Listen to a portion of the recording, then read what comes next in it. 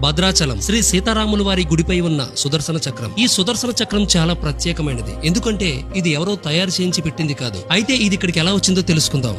భక్త రామదాసు ఈ ఆలయాన్ని నిర్మించిన తర్వాత ఈ ఆలయం పైభాగాన సుదర్శన చక్రం ప్రతిష్ఠించడానికి గొప్ప గొప్ప లోహ శిల్పులను పిలిపించి వారి చేత తయారు చేస్తున్నప్పుడు వారు ఎన్నిసార్లు ప్రయత్నించినా అది విరిగిపోవడమో లేక సరిగ్గా రాకపోవడమో జరుగుతూ ఉండేదట. దానికి కలత చెందిన రామదాసుకి ఒక రోజు కలలో శ్రీరాముడు కనిపించి, భక్త, సుదర్శన చక్రం అంటే చాలా మహిమ కలిగినది. దానిని సామాన్య మానవులు ఎవరూ నిర్మించలేరు. అందుకే నేను నీకు నా సుదర్శన చక్రాన్ని ఇస్తున్నాను. అది గోదావరిలో ఉంది, తెచ్చి ప్రతిష్ఠించు అని చెప్పారట. మరుసటి రోజు గజేతగాళ్లతో రామదాసు గారు గోదావరి అంతా వెతికించారట. కానీ ఎవరికీ కనిపించలేదు. అయితే శ్రీరాముడు మళ్లీ రామదాసు గారి కలలో కనిపించి, అది నా మీద అమితమైన భక్తి పెంచుకున్న నీకు మాత్రమే కనిపిస్తుందని చెప్పడంతో స్వయంగా రామదాసే వెళ్లి గోదావరి మాతకు నమస్కరించి శ్రీరాముడి స్తోత్రాన్ని పఠించి గోదావరిలో చేతులు పెట్టగా వచ్చి ఆ సుదర్శన చక్రం రామదాసు గారి చేతిలో ఆగిందట. ఇప్పుడు